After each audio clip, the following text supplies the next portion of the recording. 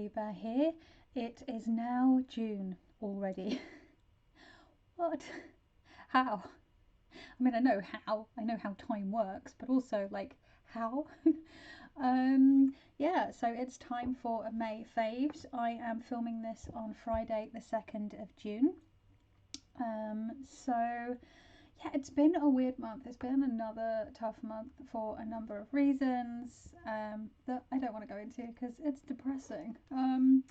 But I'm actually trying to distract myself a little bit by making this video, and I'm just kind of burnt out because I've been gearing up for a shop restock, which is happening on Sunday. So I'm just like, I just need to do something to sort of take my brain out and sort of just think about nice fun things.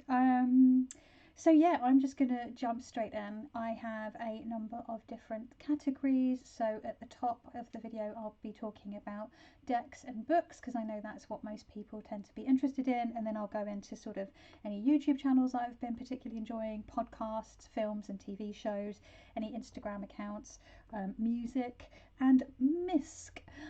Every time I say misc, I think of the very first episode of Black Books where Bernard Black goes to his accountant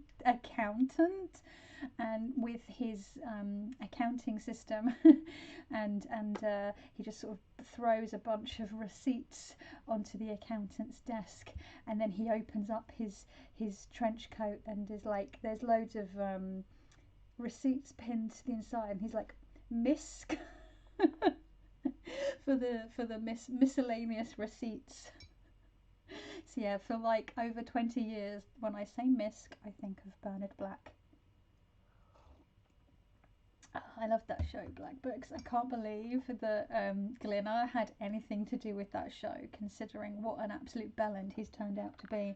But it wasn't just him working on the show, so I have to remind myself of that. But if you've never checked out Black Books and you like British comedy, like dark comedy, it stands up pretty well. Obviously there's some issues with how things don't necessarily age very well, but for the most part I think it stands up pretty good. So okay, anyway, with that little side ramble, I'm going to go straight into the tarot decks. This is the least amount of decks I've used in a single month for a really long time, and purely for, not because I set out to do that, it's purely just how it happened. I completely did away with week ahead readings, and I've spoken about this in my past 2 videos. I was actually doing something that's just really unlike me. So first of all, I was using a Smith-Waite based deck predominantly. This is the Ostara Tarot. I have the mass market version. Not only was I using a Rider-Waite Smith based deck, I was also doing a daily draw, which I don't do very often these days at all, and it was a single card pull, or the last couple of days I've been pulling 2 cards. I've been pulling a card and then like I've had this like, no, pull another one as well to go with it, which has been really interesting with the combinations that have been coming up with those 2 cards. But for the most part I've been pulling 1 card, and usually my bare minimum is 3. So there's that. And then also I've been sticking mostly to what it says in the book, just as an experiment, like just because, you know, we obviously, as we learn the tarot and we spend so much time with the tarot, we have our own meanings and things that we've picked up along the way from various guidebooks and teachers, and our own intuitive hits and what have you. I thought, let's just go by the book and see how it goes. I've been quite enjoying it. It's quite a good book. You only get a very small amount of information for each card for the most part. You get a colour picture. You can see this book has been highlighted over the years as I have read with it. Oh wow, the neon. This is like a neon highlighter, but it looks more like a dull yellow on the camera. And then, you know, for the majors you do get like a little box that says reversed as well. But I've been enjoying it. There has been times where I'm like, I don't know if this is what the message is for me today, but and then I sort of go on my own intuitive hits. But my first port of call, usually if I get a little bit stuck or I'm just interested to know what the creator of the deck, if there's a really good guidebook, has said about a particular card, I will first go off of my own understanding of a card and then pull the book out. But I've been doing it, what I mean is I've been doing it the other way around. I've been reading the book and then seeing how that feels, and if not, I'm like sort of just sitting with the card and having my own sort of, especially with this deck. This deck is created by 4 separate artists.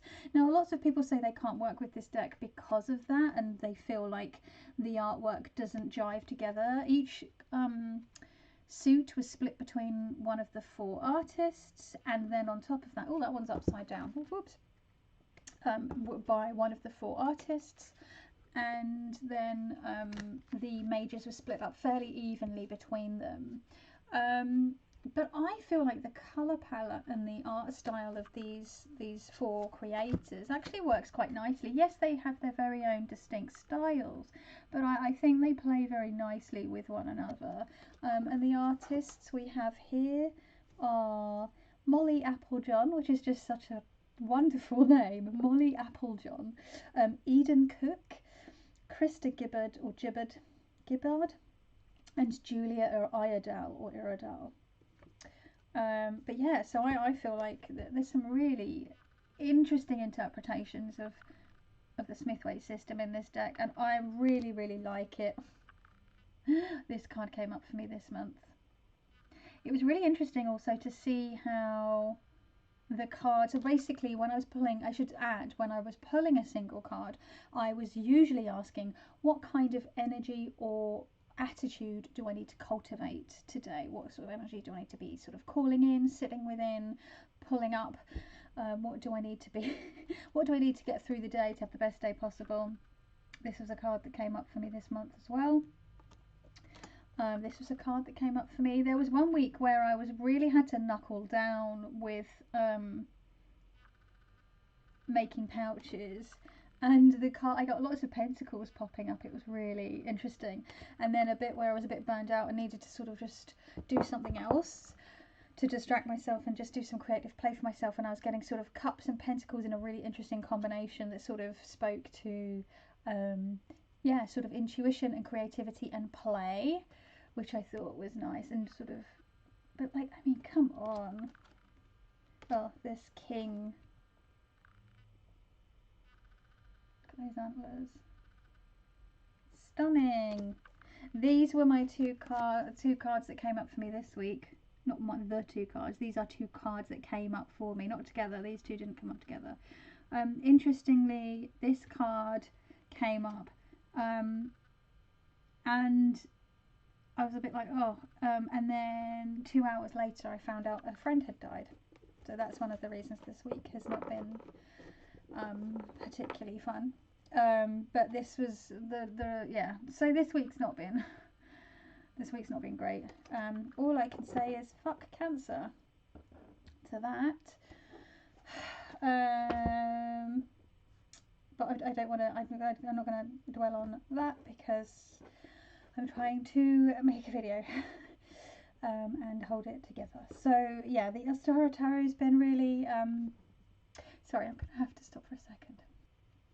Sorry, I'm back. So yeah, Ostara Tarot was really, really lovely to work with this month. I found it really supportive and nurturing, and just really nice to be working with it around its season as well, sort of the spring season. So yeah, and it actually, I feel really good about using it because it was one of the decks that I had wanted to work with more this year. This is on my list of 10 decks I'd like to work with more in 2023, and so I spent a whole month with this deck. And I've actually been reading for, I pulled a card, 2 cards from it yesterday and 2 cards from it this morning. I've got 2 cards actually on my altar. I pulled today, I pulled the Devil, and I pulled Strength. Strength has shown up now for 3 times in less than 3 weeks. It's coming up a lot, which makes sense given how things have been going. It feels like it's coming up for reasons. But yeah, I'm really pleased that I worked with that.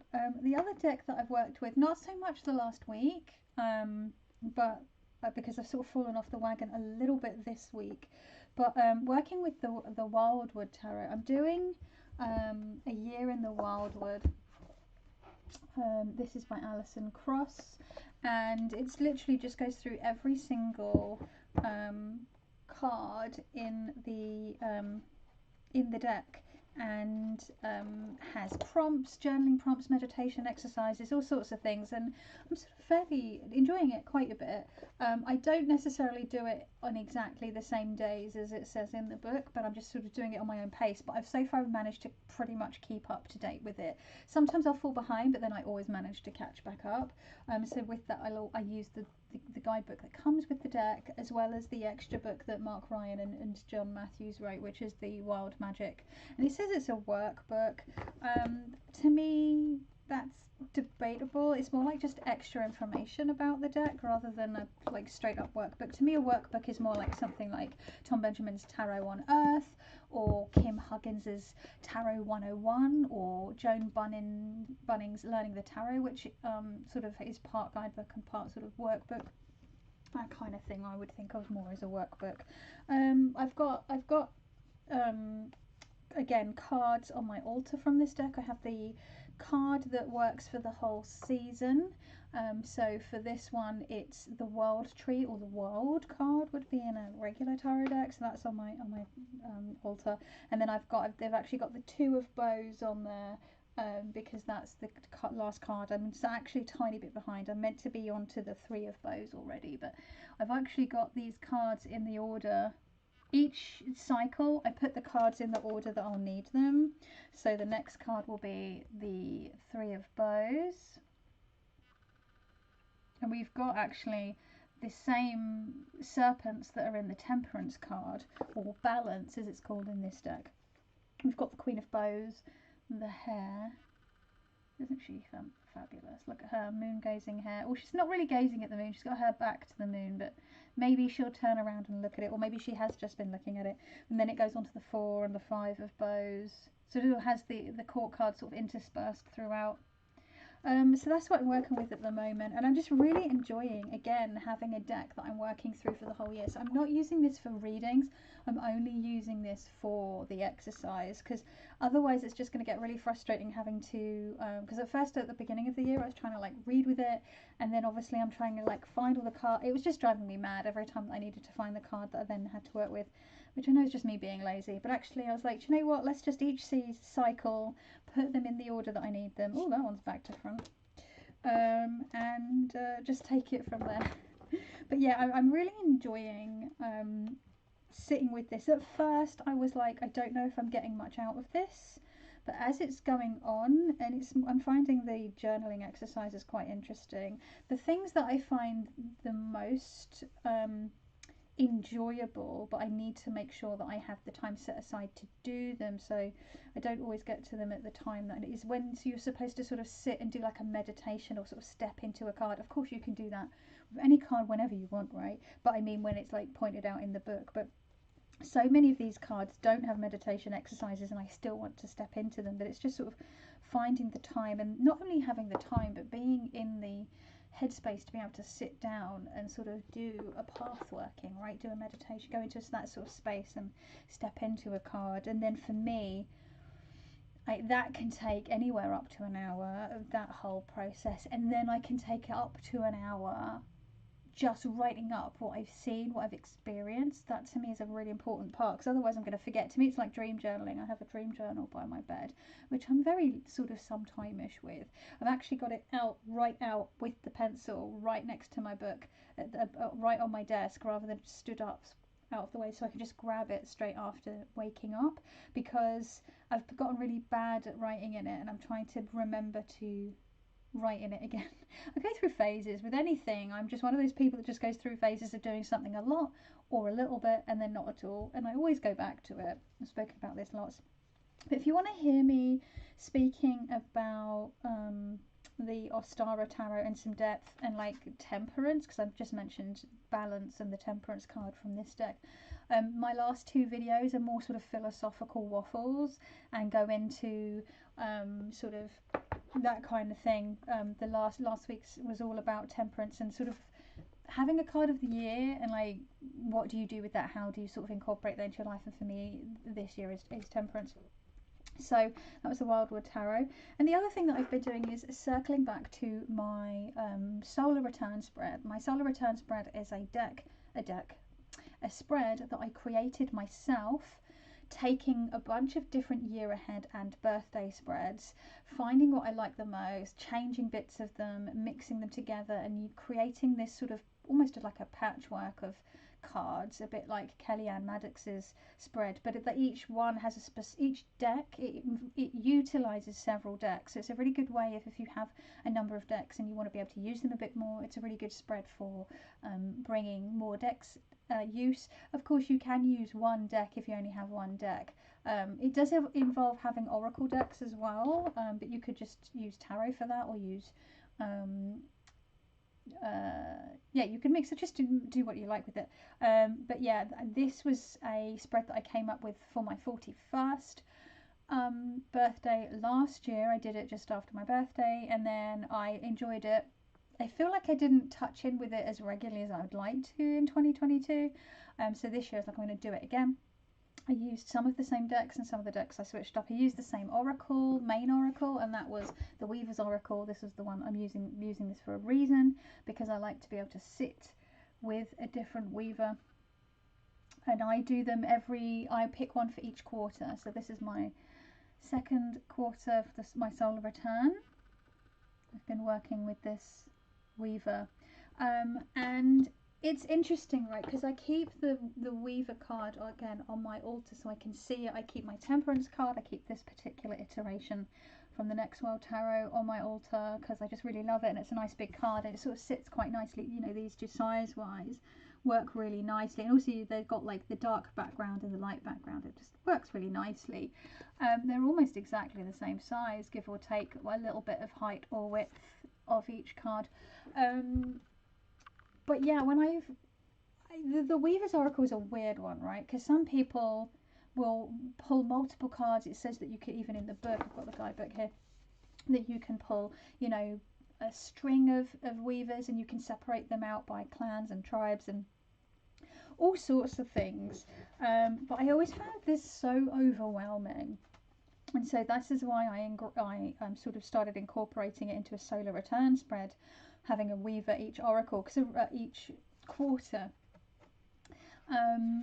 Because originally I was trying to use a weaver a month, work with a weaver a month, pull a weaver a month from the deck. Use is a horrible way to say it, considering this deck doesn't feel like the right word to use with this deck. To, you know what I mean. But even a month didn't feel enough with one. Like, it just didn't feel like enough time to sit with her. So I was like, let's try a quarter, 3 months, 12, 13 weeks. I've hit my sweet spot. And the one, I've got goosebumps. It's just because what I've been working with from the previous quarters sort of come back. But what I would do is when I do my check-ins, I'll read the entry, her yarn, her braid, her cloth for each weaver. But then I come back to it again and again and again and again. So what I've been trying to do on Sundays is do a little bit of sort of sitting with some of my cards. So I don't sit with my entire solar return spread. It has lots of different parts to it that interconnect. So I might just sit with the 4 cards where I've pulled one from the majors, one from the pips, one from the courts, and one from the aces. I've done that the wrong way around in my head, but you know, I might sit with that column of cards. I might sit with just the weaver, and I will dig more into this, and I will journal. I was trying to find my witchy journal, but it's over there. My tarot journal, my witchy journal are over there.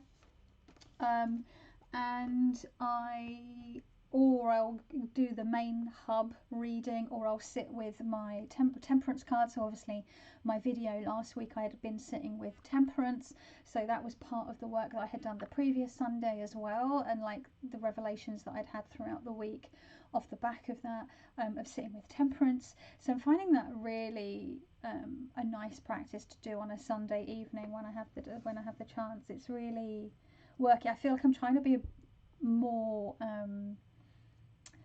consistent with this solar return spread this year, because I was a bit lackadaisical after I'd done it, but the last few weeks, I'd say especially like this month, I've really started to sit in, and the information and the stuff that I was getting towards the end of the quarter with my previous weaver was really, things started falling into place with her lessons, because I feel like they can be quite abstract sometimes and quite cryptic and quite, I don't know, like nebulous, and so you sort of make of it what you will, but I really I'm just really enjoying it. So the Weaver's Oracle, and this is an independent deck by Carolyn Hillier. This is the book that comes with it, and I like that it's spiral bound. I really enjoy that, and what I do to keep my place is I just put the little cover around to keep my place like a little bookmark. And I am working with Raven, Udagan of the Bone Needle. She binds the story to the scar, and she's a tattooist, which is really, really cool. You can see some of her tattoos, and obviously as someone who has stories in my own skin with tattoos over the years, I can relate to that at least.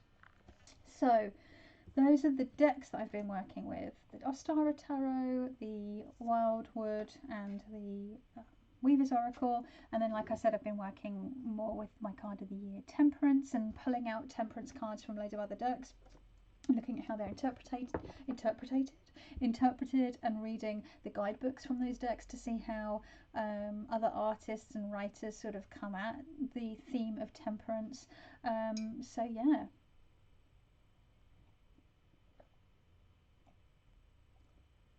I don't want my drink to go cold. So yeah, so this is all my year in the Wildwood stuff, is my nice chunky journal, which I'm halfway through, or not quite halfway. How? I'm interested because I didn't know. This came in a pack of 2. I'm quite enjoying this size. I'm realising that B5 and B6 I prefer over A5 and A4. No, A5 and A6, sorry. Oh no, I would say oh my god, it's okay. Page 72 is what I've written up to, and there's 192. Okay, so that's not quite halfway. We're getting to halfway. Another like few pages and we'll be halfway, which is amazing, because this is like for an entire year, and I'm only like, this actually starts in February, so it's not quite half a year. I did do the Daft Days at the end of last year and into the beginning of this year, so that did take up a wedge of pages, especially with the amount that I wrote out after doing some really intense pathworking meditations with the deck. So I'm just going to pop this over here out of the way, and pop these out there because my desk is quite cluttered with stuff. And I'll pop you. Because I know I'm already into June. I was like, oh, maybe I shouldn't have pulled the Ostara Tarot the last 2 days, because yesterday was the 1st of June, but also it's still the same week, so I'm like, but I want to like continue using the same deck I've been using all week. I don't know. I have no idea what deck I will be working with throughout June, or what decks I'll be working with. I hadn't actually really thought about it, because sometimes I plan it a bit more, sometimes I don't, and this month it's a I don't month. I will just go by intuition. I do have more like summary decks pulled out by in the box next to my altar, so decks that feel more bright and colourful. So I've pulled, and also because it's Pride Month, happy Pride Month to all my fellow queers. I pulled out some like more queer friendly decks, or more like, well, I mean I always have the Next World Tarot out, and I pretty much always have the Numinous Tarot, but I did put this Numinous Tarot away at the beginning of this year because I just use it so much. So I was like, but it's come out because it's very bright, it's very summery, and it's Pride. So I've got that out. Obviously, I've got the next world, but I use my pocket version because the Temperance card is on my altar from the bigger version. I've pulled out the Queer Tarot, which is fun and colourful and juicy and just gives me my 90s teen vibes. So those are I'll probably be working with a lot of queer decks this month, as I always do, but you know, it goes up a notch. I'm getting a bit wham. Just realised I left the top drawer of my dresser open. Squirrel brain. Anyway, let's put this. Oh, it's quite warm today, and yet, yes, there is a hot water bottle and a hot drink because uteruses not cuteruses.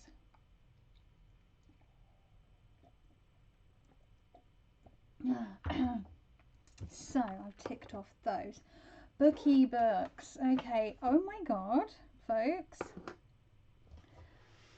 This is not a lot of books for people who are like hardcore bookworm, booktuber type folks, and people who don't have squirrel brains or like, I don't know, problems with brain fog and post-exertional malaise and concentration issues.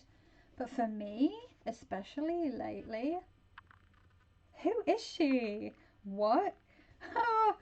4 books? Well, kind of, because in my last favourites, I think I was like halfway. I literally cannot remember. I was probably at least halfway through The Colour of Magic by Terry Pratchett. I'm glad this wasn't the first Pratchett that I read. It's good, but he obviously gets better because, you know, that makes sense. This was his first published novel. I enjoyed it, but knowing how good he gets from the sort of Night Watch Guards books that I've read, I'm excited. So I'm pleased to have like finally read the OG original Terry Pratchett book. Yeah, that'll be going down on the bookshelf because my spouse would like to read that. I then was like, this was very whimsical and fun. I need something dark and spooky. Mexican Gothic by Silvia Moreno-Garcia. Goosebumps just thinking about this book. This book, like, I enjoyed this, but this book, I could not wait to get downstairs in the morning and like make my breakfast and my tea and sit and read this book. I would like get up early just so I would have like an extra half an hour to an hour to just read this book. I loved it. It was giving me kind of the yellow Charlotte Perkins, what's her name? Charlotte Perkins Gilman. I can't remember her name. The yellow wallpaper. It was giving me Crimson Peak. It's got sort of eldritch Cthulhu, Lovecraftian horror type vibes. Real like true Gothic horror, but with the refreshing setting of Mexico, and we have a Mexican protagonist. Loved it. And do you know what's funny? Because the first few pages I was like, I don't know if I like this girl. She sounds very like, I don't know, difficult. But within like a few pages I was like, oh my god, I love her. And then she's so I highly recommend this. I know that Annette from Project Refine Life said that although she really loved this book, she ended up loving The Gods of Jade and Shadow even more than this. But like there's like little descriptions of some of the other books by this author, and I'm like, wow, she seems to jump around genres, which is cool. Yeah, one of them is like set in the 1920s, which is The Gods of Jade and Shadow. One of them feels more like, it sounds more like a sort of sci-fi. We've got a 70s vampire book. I want to read all of her books. I've literally got goosebumps thinking about that. This is going to be like one of those books I would go back to just to be in that world because it was deliciously creepy. Anyway, and then the third fiction that I read was my first Ursula K. Le Guin. I know, right? As someone who loves sci-fi, this is like really weird for me. I didn't know about Ursula K. Le Guin for a long time, and now I read The Left Hand of Darkness. This one took me a while to get in, especially it was such a gear shift from like Gothic horror set in the 1950s, and which this was a gear shift. This is fantasy, so this was a bit of a gear shift, especially tonally and when the way Pratchett writes to this, but I sunk into this quite quickly and easily. It's very much my jam. This one I'd forgotten, like, you know, with sci-fi, you get stuff that doesn't make any fucking sense to you straight off the jump because it's all made up. So, a parade in Erenrang from the archives of Hain, transcript of Ansible document 01/011/019342, Gethin to the Stabile on Oliol, report from Genly I, first mobile on Gethin winter, Hainish cycle 93, ecumenical year 1490 to 97. None of that made any fucking sense. And I was like, oh yeah, sci-fi. By the end of the book, that all makes sense. And there is actually some explanations of the calendar of winter of the world of Gethin in the back of this book. And so it took me a while to warm to this book. I'm making a pun because it's set on a planet called Winter, and it's fucking freezing. Proper brass monkeys. But once I got into it again, it was like this. I was like, couldn't wait to get downstairs in the morning to read. And both of these, I was like reading at night in bed. I was like, I was really, really enjoying both of them. Because originally what I was doing, I was reading non-fiction in the mornings and fiction at night, but then I was burning myself out on non-fiction, so just switched completely to fiction, which I haven't done for years. And yeah, so then I was reading it at both times. So these were the 3 books I got with the book voucher my dad got me for Christmas. So I have read all 3 of them. I'm really proud of myself. Now, another book that I picked up in February or March was Glamour Witch, Conjuring Style and Grace to Get What You Want by Sophie St. Thomas. And I had heard Sophie St. Thomas speaking on a couple of podcasts. I can't remember if she was one of the witches that was speaking on the Lux Occult Sex Magic episode. I can't remember. This wasn't what I thought it was going to be. I mean, I've had Deborah Castellano's Glamour Magic book on my wish list for ages. I remember when that book came out and she was doing the podcast rounds and I was listening to her speak and I really enjoyed it. And she's an older lady, so I think she's she's at least middle-aged, I believe. Like, she's a bit older than me at least. I'm 42. And so she's coming from glamour witchery from a very different place to someone I sounds like they're in their 20s. I really give Sophie St. Thomas props for being as inclusive as she could be. She talks about trans rights, trans healthcare, queer rights, all sorts of things like that, and to be inclusive in her language and in the spells that she's provided in the back of the book. I would say her tone takes a bit of getting used to. I found some of the ways that she wrote, I mean, I don't know, like in here, for example, she talks about the fashion trends of the 20th century and how fashion trends and glamour, the idea of glamour changes. And she says, the Edwardians loved their junk, booty, hips and tits were in, all squeezed into an S shape with the health of a corset. Of course, the problematic but still glam corset. Now, this is interesting to me, right? Because that tells me she doesn't actually know about corsets. Now, I'm trained in fashion design and garment construction. That was the degree that I did. That was the industry that I worked in for a very long time. And I also have a particular interest in lingerie and historical clothing. That is a particular area of nerdery for me. It always has been. My collection, my final collection for my degree was a lingerie collection. I made life a lot harder for myself because I had to teach myself and research a whole new way of making clothes that we hadn't really covered during my degree. So for me, I know I'd already been really interested in corsets, and corsets are something that I wore a lot when I was younger. I went through a very Victorian goth phase in my early 20s and I was doing the whole thing. So for me, her to say that they're problematic tells me she doesn't understand that corsets are not actually problematic. They're underwear, and tight lacing wasn't very common, and that S shape that she's talking about would have been attainable whether you were a size 6 or you were a size 26, and it wouldn't have been done by tight lacing. It would have been done mostly by padding. You know, like the S shape, the pigeon breast shape you see in that Edwardian area, a lot of that, there was a lot of padding. You had bust fillers that would sit in the corsets. You would have padding in jackets to pull, to sort of puff out and sort of give it a different shape, much like today in tailoring and suiting.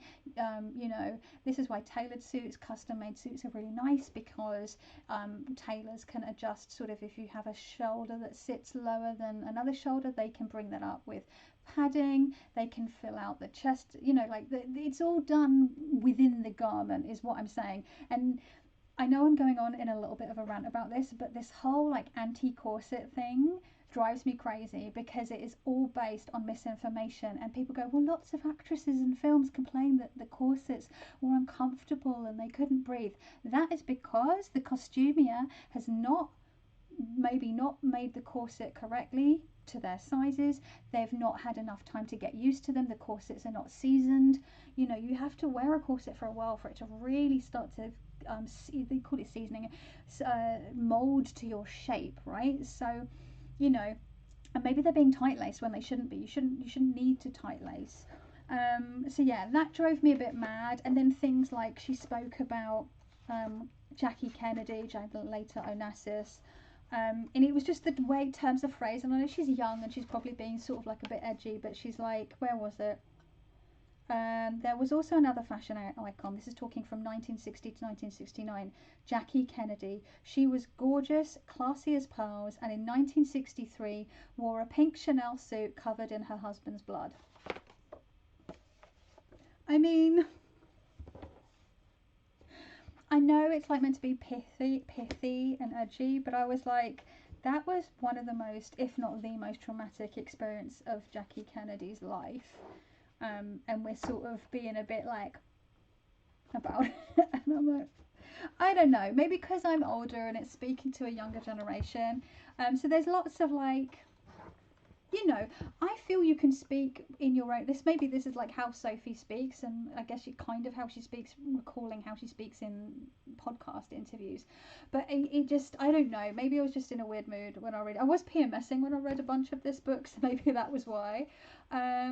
You know, so there's some interesting information about glamour and the history of glamour and of beauty, and how it varies around the world from culture to culture in the ideas of beauty. It's literally in the eye of the beholder, and about sort of, there's lots of information about like self-empowerment and owning yourself and owning your queerness and your, you know, all those kinds of things, which I think are great. I don't want to completely like shit on the book, because but it wasn't what I was expecting. She mentions Botox probably at least 10 times before you even get halfway through the book, which is fine. I'm not against plastic surgery, cosmetic surgery, gender affirming surgery, anything like that. I'm very pro body mod. In fact, you know, I'm pierced, I'm tattooed. I wouldn't say, if I had the money, I probably would have already, you know, done a little bit of what have you. I'm not opposed to it, honestly. I don't, whatever makes you feel better. I've had my hair every single colour under the sun almost. So I feel like people should be able to do whatever they want for their bodies. But yeah, there was a lot of stuff about different cosmetics procedures, both surgical and non-surgical, you know, like manicures is a cosmetic procedure which is not non-medical, and I just didn't understand where the witch bit came from. And then when we get to the spells, a lot of the spells were probably not relevant for me, probably not what I was thinking of when I think of glamour magic. And then also, some of them didn't feel like spells at all. So one of them, she describes making a herbal tea. And I'm like, but that's not really... She's like, get all these ingredients and then brew it, and I'm like, but where's the spell? You know what I mean? Like, for me, you know, obviously magic, everyone has a different idea of what magic is. But, I don't know, some of them just didn't feel like... Some of them felt more like rituals than spells, and some of them are described as rituals. Like one of them here says sleeping spell, sleeping beauty ritual. Fine, that's not a spell, and it talks about like not having screen time, using lavender oil, and doing like a body scanning exercise to relax.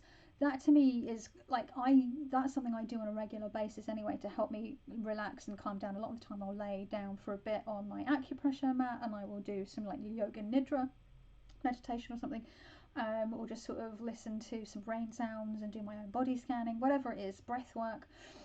So to me, I could relate to that, and I often use like oils and sort of room spray, linen room, lavender and linen spray. That's it, not room spray, on my bed, on my pillow, and everything. So that I could get down with, but I don't know, like some of them didn't feel like magic. So I don't know if I was the audience for this book, or if it was just I also, it wasn't what I was expecting. I think it would be useful for some people, but I feel like this is more something geared to someone who's a lot younger than me and maybe a real noobler when it comes to magic. I don't know. I would like to pick up Deborah Castellano's Glamour Magic because I feel like that might be more my speed. So would I recommend this book? No, not from my experience of reading it. But it was interesting nonetheless to just get someone's perspective and things. It's just I didn't learn much, and I didn't learn many new things from it. There were some interesting things about certain tribes around the world that I didn't know about, which was cool.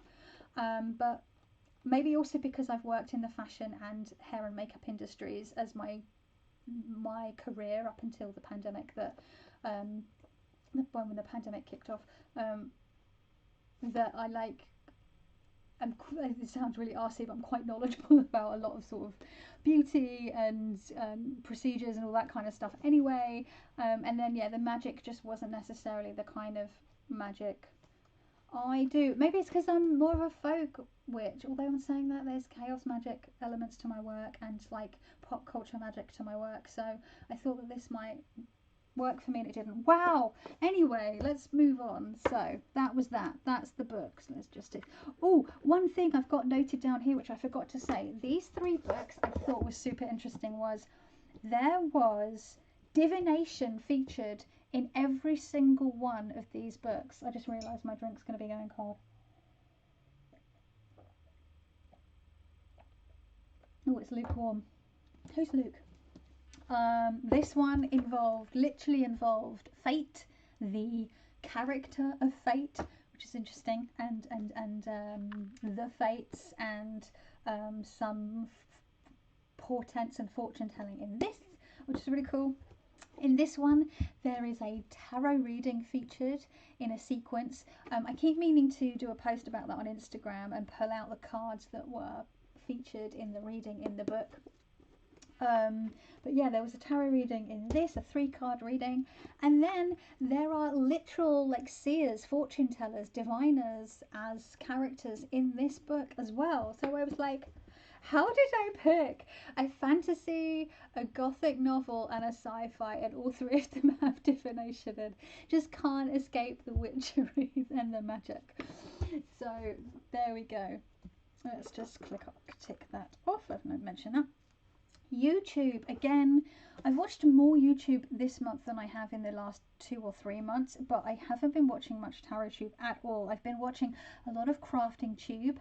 Again, if you watched 2 videos back, I talk about slow stitching and stitching samplers, and I was watching a video called KoolKookyKreatures. It's a UK based channel, and it sort of got me inspired to do some slow stitching samplers.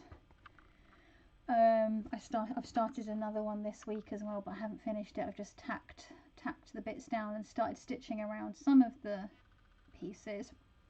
And so yeah, I just sort of fell down a slow stitching rabbit hole. But I wanted to give a shout out to KoolKookyKreatures, all with a K, all together, because that was the channel that kicked it all off for me. So again, I will link these down below. Dimension 20. Those of you that know Critical Role will know Dimension 20. Brennan Lee Mulligan is one of the Dimension 20 folks. I finally watched Critical Role's Calamity, which was GM'd by Brennan Lee Mulligan rather than Matthew Mercer. And I have to say, I think Brennan Lee Mulligan has has surpassed Matt Mercer for me as my favourite GM. Oh, I just think he is a really good storyteller. He does really fun, really great voices and sound effects. His old people and his kids, like as he does the voice acting for those NPCs, non-playing characters, is amazing. So I really enjoyed Calamity. I was an absolute wreck when I finally finished it 2 weeks ago today. I was crying my eyeballs out. It was a lot. It was intense. And then I hit up some of my D&D friends and I was like, okay, so I want to like watch some Dimension 20 now because I'm pretty much up to date with Critical Role Campaign 3. I am up to date now.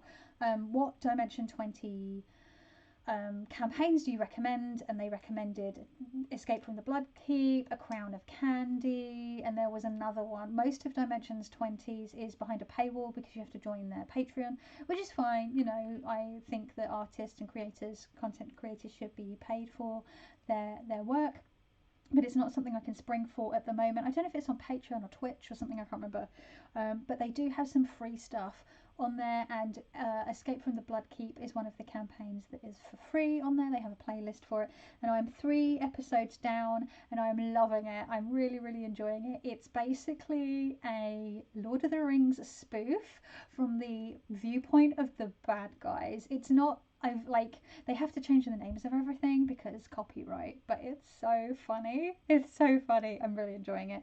So Dimension 20 gets a shout out for me. Leena Norms. I hadn't watched any Leena Norms for ages. I go through phases. I won't watch any of her videos for ages and then I'll like binge watch a ton. So I watched her one about Prince Charles, like Not My King, and what's his green credentials like. I watched a bunch of her wardrobe ones. I enjoy watching wardrobe videos where she goes through her wardrobe and like does like capsule wardrobes for certain themes.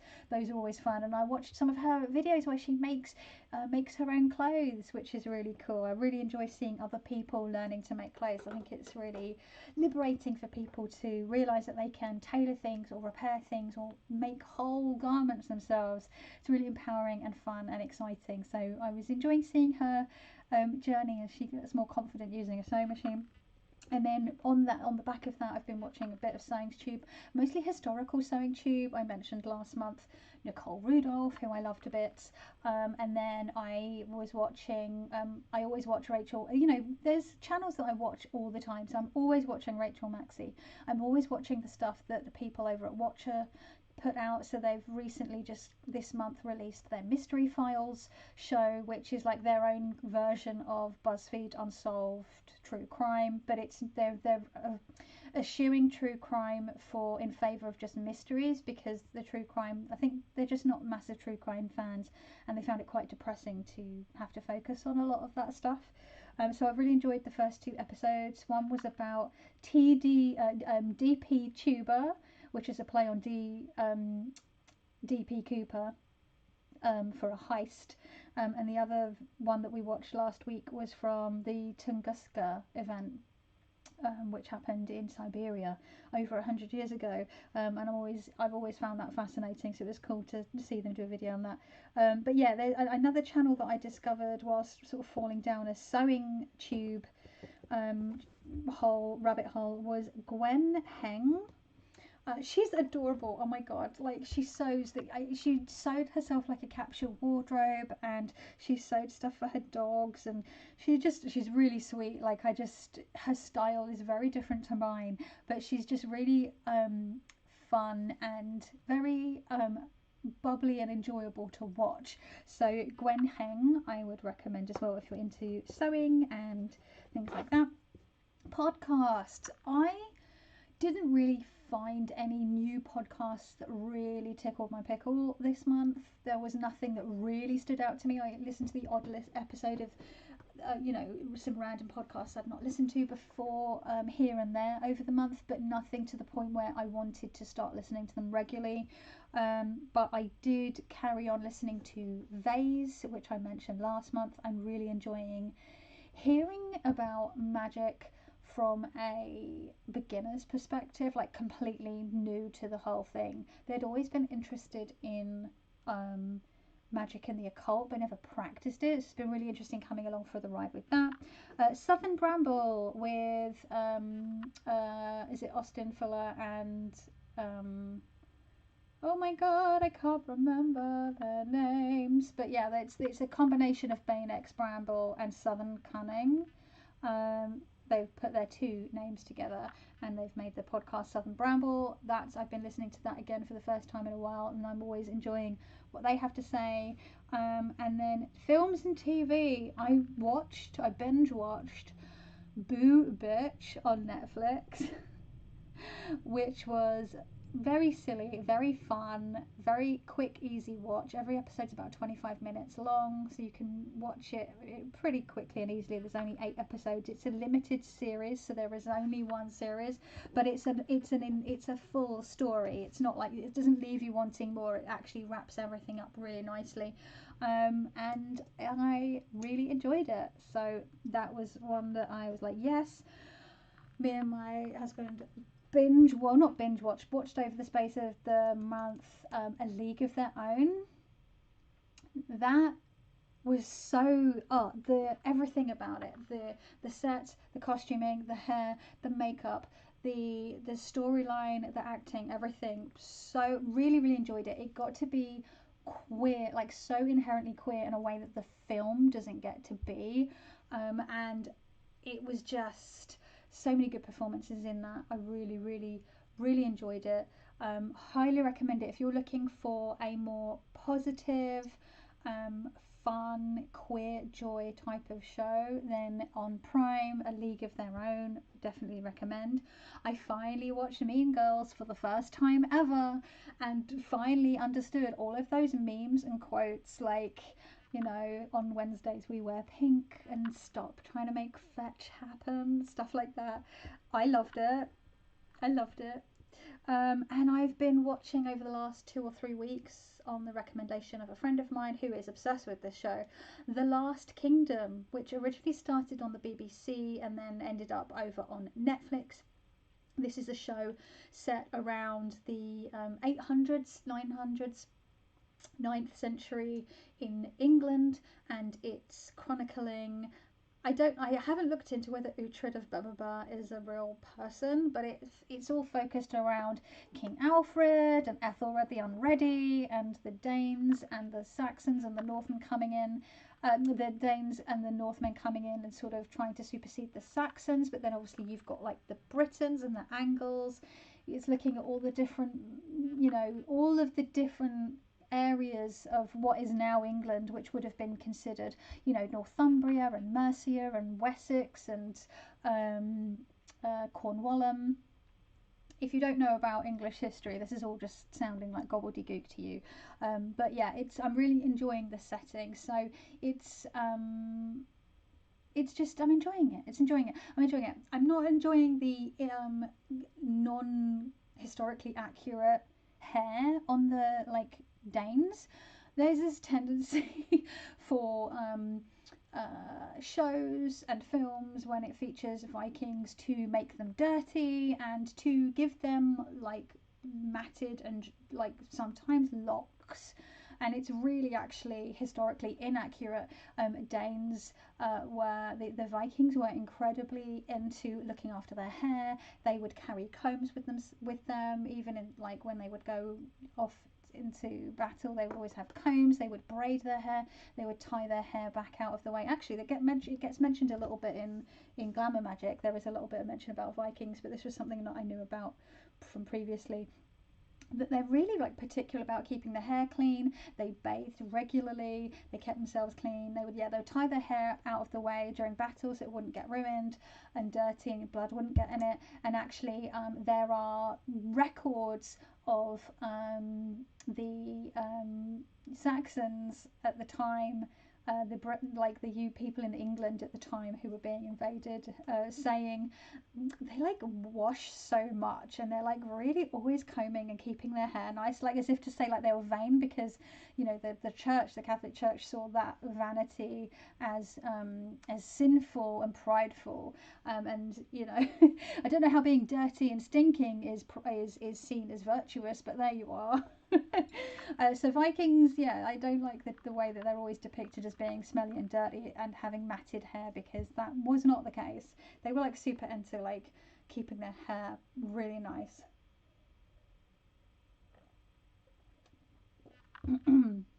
So Instagram, I don't really have any recommendations on Instagram. I've just been looking mostly lots of dogs, my usual dog accounts that I enjoy following because it makes me happy. Music, listening to Gunship quite a lot again because I love me some 80s vibes. And then my playlist, I have a playlist called Dance Your Tits Off. I listen to a lot of that to help get me going when I've been flagging. And it's a lot of stuff that I would have danced to in nightclubs through the late 90s, all the noughties, and a little bit into the teens, the 2010s. And that's actually got stuff, the more modern stuff on there. Like it's got Blinded by the Lights by The Weeknd on there, which is not a song I've ever had a chance to dance to in a nightclub, but it's on there anyway because it's a banger. Hey boo boo. So that's the music I've been listening to.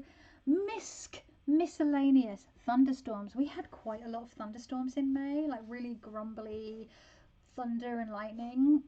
There was a whole week where the weather was like that, and I know people were complaining because they're like, could summer just like happen already? But I love thunderstorms, so I was like, no, like I'm really enjoying this. It's really nice. So it was very atmospheric, especially when it was like the week that I was really like hammering this book. I was like, this is perfect. So I was enjoying it a lot. I've really been enjoying this like jar of date and almond butter, salted date and almond butter that I got on offer from the supermarket. It's like usually a ridiculous price, but it was reduced by like a third, and I was like, well, I'll buy it. It's only a little jar. It's so tasty, but I'm like, I can make this myself. So when it runs out, I'm gonna make my own medjool dates, molten sea salt, unsalted raw peanut butter or almond butter. I'm giving it a go. And my final thing I'm going to talk about is my own, I feel like I'm going to, excuse me, my own little white book. And I've shown this before. And it's got some, this is my Tarot de Marseille little white book. So it's got like stuff from way back the 8th of March 2022. Z Manzilla Sesamero on TikTok. That was when I first discovered Z Manzilla, where he talks about his spread and the way that he uses his readings, where he uses Sesame Street flashcards. He's amazing. He's a real lesson in, I've spoken about him loads before, but he's a real lesson in sort of freestyle reading. We've got Marilyn from Tarot Clarity doing her 13 card spread in here. So one side is spreads. We've got Tirage en Croix, the Oswald Worth way, and then the like editions from Serge Pirot. We've got Alizarja Mustruck in here, I think, one of his as well. But the other side, when you turn it the other way, is the cards. And so when I did this, I put in loads of stuff from Tarot de Marseille books and Tarot de Marseille websites and my own understandings of the research that I'd done doing Tom Benjamin's Tarot Unearthed, and then subsequently Tom Benjamin's Tarot Summer School, and that I took it from my spreadsheets that I'd done on Google Docs, and sort of pulled it and put it into this book so that I could carry it with me or just dip into it. And what I've been doing over the last couple of weeks is going through and really distilling it down. So anything highlighted in yellow is like my distilled keywords for that card or that number, and then anything underlined in orange is like additional like sentences for like a little bit of further information. You know, like when you see a guidebook and it'll have like some keywords and then like some sentences. That's essentially what I'm doing. And what I've done is I've got a book arriving today, a B6, because this is an A6 and it's just a bit too small. I've got just a little soft cover B6, so it'll be a bit bigger than this, arriving today, or it should arrive today. And what I'm going to do is I'm going to further distill everything from here into that book. And then, because I only have the minor arcana in here, I don't have the majors, because at the time I didn't feel that I needed it. I was really trying to get to grips with Tarot de Marseille is like the pipish bit. That's the interesting bit for me, is the pips for the Tarot de Marseille.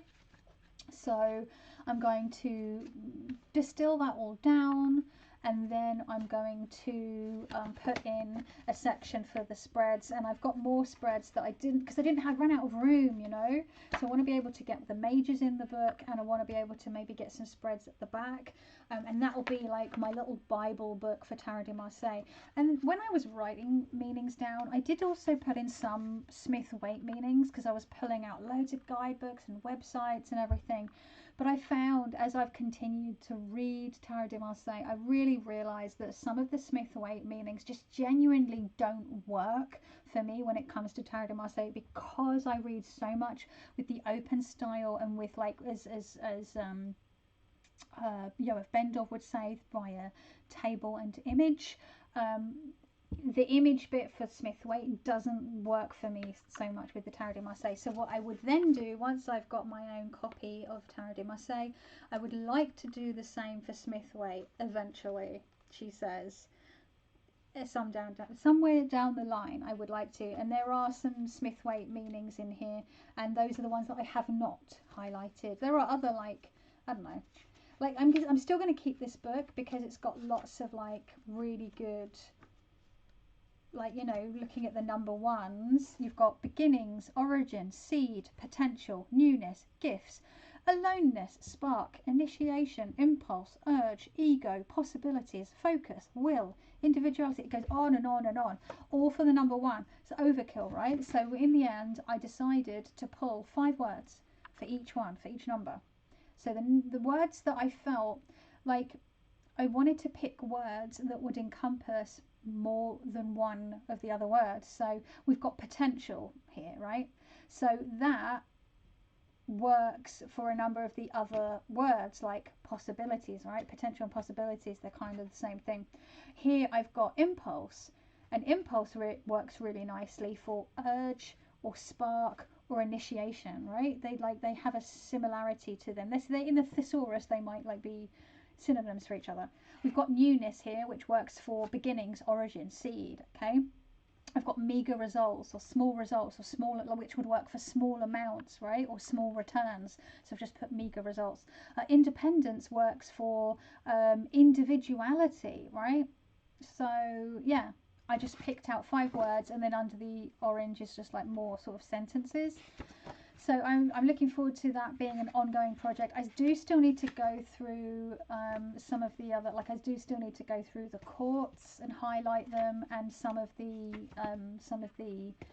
suits a bit more, because you can see I've not done the suit of pentacles or swords. I still need to go through, but it really twists my melon. It like really, I find it really intense. Like, this, going through these and highlighting them, and then what I've done is I've got another Google document where I'm gathering all of my Google documents and all the information in here and putting it all really succinctly into this really pared back table, which will then become my book. But it takes a really long time, and I'm really like overthinking everything, so this is an ongoing project that's going to take a while.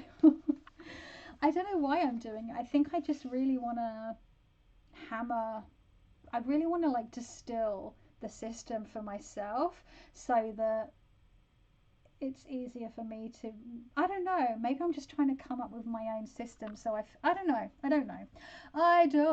Wow, we're at a minute and 3 an hour and 3 minutes, which is like way too long. This is the longest faves video I've done probably ever, so I'm gonna bugger off.